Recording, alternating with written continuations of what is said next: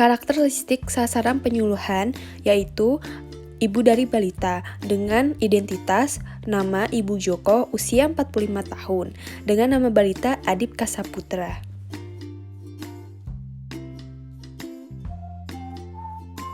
Media penyuluhan yang kami gunakan berupa poster mengenai wasting dan juga isi piring makananku, terutama untuk balita. Untuk wasting, menjelaskan mengenai pengertian, data kasus, penyebab, dampak, dan juga pencegahan. Penyebabnya sendiri, wasting itu disebabkan oleh dua faktor. Yang pertama dari faktor langsung atau dari asupan nutrisi yang tidak adekuat. Selanjutnya juga dari adanya infeksi atau penyakit yang dialami oleh balita seperti diare. Nah, untuk faktor tidak langsung penyebab wastingnya sendiri itu bisa dipengaruhi oleh pola asuh dari orang tuanya, kemudian adanya ketersediaan pangan, lalu ada faktor sosial ekonomi seperti faktor pendidikan dan faktor pendapatan dari keluarga, lalu ada faktor budaya dan faktor politik. Ya, mungkin selanjutnya bisa dijelaskan sama Nabil atau Samara. Jadi kan ini mungkin sudah tadi dari mulai pengertian, mungkin data-data tahun kemarinnya lagi, kemudian sudah ada penyebabnya juga. Dan kemudian untuk selanjutnya dampak atau efek yang ditimbulkan apabila seorang saya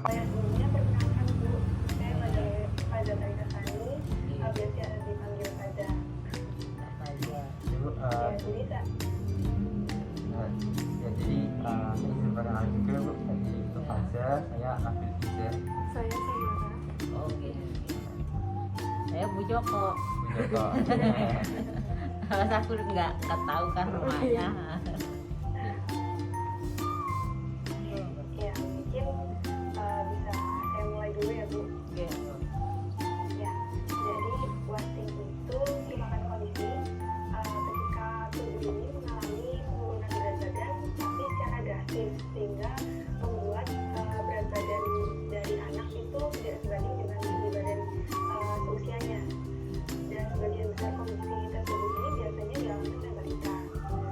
Nah, menurut data kasus dari Riskesdas tahun 2018 ini menunjukkan bahwa prevalensi wasting pada balita di Indonesia itu menunjukkan angka persentase sebesar 10,2%. Sedangkan dari hasil studi status gizi Indonesia atau SSGI tahun 2019 ini persentase balita di Indonesia ini mengalami wasting itu sebesar 7,44%. Nah, untuk penyebabnya sendiri, wasting itu disebabkan oleh dua faktor. Yang pertama dari faktor langsung atau dari asupan nutrisi yang tidak adekuat. Selanjutnya juga dari adanya infeksi atau penyakit yang dialami oleh balita seperti diare.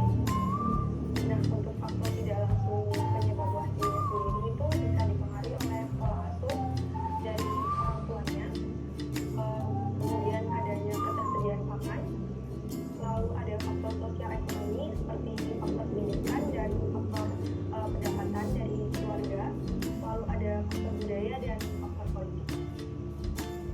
Mungkin selanjutnya bisa dijelaskan sama Nabil atau Samara. Jadi kan ini mungkin sudah tadi dari mulai pengertian, mungkin data-data tahun kemarinnya lagi, kemudian sudah ada penyebabnya juga. Dan kemudian untuk selanjutnya dampak atau efek yang ditimbulkan apabila seorang balita itu wasting, jadi ya terjadi pengurangan berat badan secara drastis ya. Jadi yang pertama ada penurunan fungsi kognitifnya. Jadi mungkin kalau belajar mungkin terganggu. Jadi terganggunya itu bisa melihat jadi apa ya, semacam sangat susah, Uring-uringan kali ya. Udah apa ya, kayak ingin segera menyudahi belajar itu juga ada. Di sini juga ada penurunan prestasi belajar. Jadi ada apa, kalau misal sebelumnya ya itu kalau mungkin belajarnya biasa-biasa saja, tapi ketika kok berat badannya turun misalkan, dan juga apa tahu-tahu kok apa ya mudah ini ya istilahnya ya bisa mudah sakit. Ini juga di sini kan penurunan prestasi belajarnya gitu. Ya tiba-tiba kalau dikasih pelajaran ini mudah, tapi kok dengan materi yang sama, kemudian apa ya, lebih susah untuk menerima. Ya seperti itu. Kemudian di sini ada juga bisa berisiko kepada kematian apabila sangat berat seperti itu. Yang di sini drastis, jadi dan juga ketika tidak ada tindakan untuk penanggulangan atau pencegahannya bisa seperti ini. Dan adanya hambatan dalam pertumbuhan fisik. Jadi nggak nambah-nambah ya, Iya. misalnya berat badannya, tinggi badannya gitu ya. Iya, malah ya, jadi tumbuh. pokoknya malah makin drastis dari hari-hari gitu. Seperti itu. Oke, sama lagi. Mungkin lanjut ke pencegahan ya Bu. Yang pertama itu kan ada mengonsumsi makanan yang beragam. Pastinya kan kita membutuhkan karbohidrat, protein, terus juga ada lemak, vitamin dan mineral buat pertumbuhan dan perkembangan anaknya. Jadi sebisa mungkin satu kali makan itu ada proteinnya, misalkan daging-dagingan atau Apa ya, tempe. ya, sayur-sayuran, sayur hijau, terus nasi mungkin pastikan buat sumber energi seperti itu. Lalu juga ada menjaga kebersihan diri dan lingkungan, karena air bersih dan air minum itu menunjang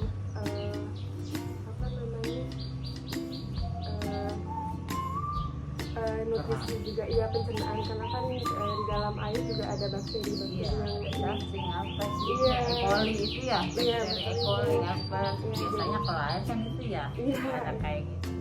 ya, terus juga aktif membawa balita ke posyandu atau fasilitas pelayanan kesehatan, berguna untuk monitoring juga pertumbuhan dan perkembangan Ya, anak anaknya. ini berat badannya, tinggi badannya nambah apa turun apa stuck di situ. Iya. Gitu. Bisa sambil nanya-nanya juga sama Iya. kader-kadernya. Mungkin dari saya seperti itu. Ibu, kalau boleh kamu tanya, Nah, itu adiknya namanya siapa? Adip Kalip Saputra. Adik. Anak kelima, maaf ya, ibu gak ikut KB. KB-nya dulu-dulu aja, pas kesini-sininya apa ya, itu jadinya karena itu disimpan datang ya. Makanya semenjak udah umur 3 tahun ke atas, imunisasinya sih sampai umur berapa ini? Kayaknya sampai imunisasi itu deh. Ada sih, apa sih imunisasi itu ada. Ya udah, jadi kayaknya gimana sih, rata-rata yang jaga pos itu juga kan punya bayi ada, tapi rata-rata kan kalau ke bidan-bidan yang bayar tahu kayak gitu. Karena ya kayak gitu lah, tahu itu kader-kadernya, kalau emang mereka pengen tahu keadaan penduduknya yang ada balitanya gimana kan, pastinya mereka yang praktik gitu, yang datang juga dikasih tahu kan itu di sini ada bayi, katanya mana ya lah ada BPJS juga gratis. Itu ada kelebihan kekurangan juga. Iya. Dia untuk adik tadi berapa? Iya, Itu kalau makan juga susah atau gimana? Janes sih sebenarnya tuh anak nggak susah ya, maunya dia aja, mama makan nasi goreng tak gorengin nasi, mama minta telur tak gorengin telur, mama minta ayam tak. Oh, jadi sesuai anaknya. Iya, aku kalau sayuran emang ibu tiap hari masak. Ya paling banten paling ya sop. Iya. Ada ibu beli ayam sedikit ya paling diisi sama ayam sama itu aja sih, sama kadang bakso, sayur sop. Kalau yang ijo-ijo emang anak ibu pas kecilnya aja sih Neng, dari bayi ya pas pak ibu bikin. Semenjak udah gede kan dia tahu. Iya toh, lagi kecilnya mah umur dia baru MPASI itu dikasih tim terus itu kan disaring, itu kan nggak punya yang ngaduk sendiri, itu kan nggak bisa dimasakin. Inisiatif sendiri aja seadanya gitu, itu mah nggak ada terus pengen ribet gitu. Kalau buah-buahan itu milih-milih nggak? Adit sebenarnya sih dia bilang pemilih juga enggak ya. Kalau kita makan buah gitu, ini pisang, dia lebih sering itu pisang sih sama buah. Yang lain-lain mungkin karena udah asam kali ya, kalau kayak anggur gitu kan gitu. Kalau kita sih nawarin ya Neng ya, apa jus gitu mau. Tapi kalau cuma kata gitu ya kurang cocok sama dia nya enggak ya mau. Berarti lebih ke pisang ya. Iya, kalau pisang karena rata-rata manis kan. Iya. Kecuali pisang yang buat kolak tuh asam ya, pisang raja. Kalau pisang-pisang buah kan rata-rata apel manis ya. Udah, yang ini aja, yang Yang balita. balita aja, yang tengah ya. Boleh dimulai disampaikan aja yang tengah aja. Oh, oke. Oh ya, ini ada pedoman dari isi piringku buat pedoman makanan yang tepat, yang sesuai dengan kebutuhan gizinya. Nah, ini ada berdasarkan kelompok umurnya masing-masing, ada dari balita dari usia 2-5 tahun, lalu ada kelompok dewasa, dan ada yang umur 6-23 bulan. Nah, untuk yang balita sendiri, ini untuk yang 35%-nya ini dari makanan pokok, seperti nasi, kentang, ataupun singkong, seperti itu. Dan 35% lainnya itu dari protein hewani, seperti daging sapi, ayam, maupun unggas lain, atau mungkin bisa dari kacang-kacangan dan olahannya seperti tempe dan tahu. Lalu untuk 30% sisanya itu dari buah atau sayur seperti sawi, wortel, kangkung, atau mungkin dari buah-buahan seperti pisang, pepaya, ataupun mangga, dan lain-lain. Seperti itu, Bu. Kalau bisa ya, kalau bisa ada ketiganya. Kalau bisa ada ketiga-tiganya, walaupun jumlahnya nanti yang dimakan sama habis tadi mungkin sedikit berbeda nggak apa-apa, tapi setidaknya diusahakan ada nasi, ada sayurnya, sama lauknya yang protein ikan atau telur, seperti itu aja sih, Bu. Dan ini mungkin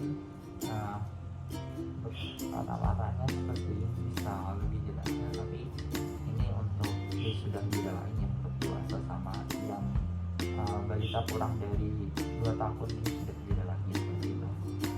Ini umuran Adit ya. Iya. 2 tahun. 2 tahun 5 tahun. Balita. Ya, mungkin itu dulu sih, Bu, dari kami. Ibu pernah ngeliat di TV dokter apa ya, dokter siapa ya, Sinyatsen apa ya, pernah tahu nggak? Dia juga ngisi isi piringku itu ada nasi sayur kayak gitu sih. Kau pernah lihat di TV? Ada tuh orang Cina ngasih tahu kayak gitu, kalau kita mau sehat itu nih, isi nasinya, piring itu ada nasi, ada ini, ada ini. Tapi Bu, selama ini ya gimana ya, seadanya aja lah gitu. Emang kadang-kadang penerapannya susah. Iya, Ibu ada buah ya, Ibu anak-anak makan buah. Kalau nggak ada ya paling nasi sayur lauk. Seadanya dulu. Iya sih, sebenarnya sih pengen memenuhi kebutuhan gizi anak-anak sama keluarga gitu ya, semuanya. Ya itu balik lagi ke ujung-ujungnya duit. Ya kan Mas? Iya, kita namanya mama, namanya kita dikasih belanja yang cuma pas buat itu, ya udah gimana caranya gitu sih. Jadi aku juga nggak mau menuntut banyak, nggak mau jadi murah, nggak mau nuntut banyak nih, harus beli buah, harus beli ini, udah jadi itu ya seadanya aja. Jadi kita milih-milih harus beli apa. Ya gitu, kalau misalnya ada lebih ya itu paling buat yang belum dibeli itu apa ya, kebutuhan di dapur kan nggak cuma sayur buah, sayuran, lain-lainnya teman-teman,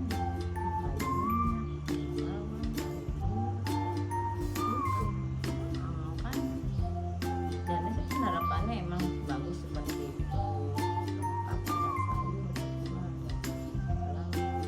Kalau ini ya yang diutamakan mesti ada nasi, sayuran, entah itu sayur apa, lauk, sayur tempe, salah satu dari mereka lah.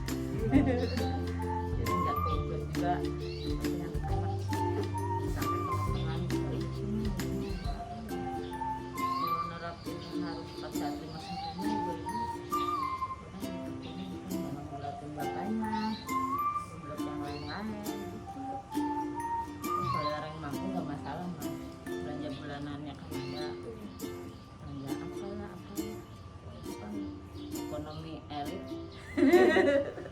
Ya alhamdulillah sih, dari mana juga masih bisa ngasih makanan olahnya. Alhamdulillah. Ya bersyukurin aja sih, ibu nggak merasa atas enggak. Untuk penerapan di kehidupan itu ya apa adanya aja juga. Sama ada yang mau tambahin? Enggak, dari aku udah sih. Dari Faza gimana? Ada yang mau ditambahin nggak? Ada dari aku. Baik, dari saya juga sudah cukup sebenarnya itu. Mungkin sekian saja dari kami, ini saja yang mungkin kami sampaikan. Sebelumnya juga kami mohon maaf apabila masih ada kekurangan dalam melakukan penyampaian atau dalam melakukan percakapan. Sama-sama mas. Terima kasih banyak Ibu atas bantuannya. Kalau boleh bu mau nanya nih, ini apa sih artinya? Prevalensi wasting itu apa sih?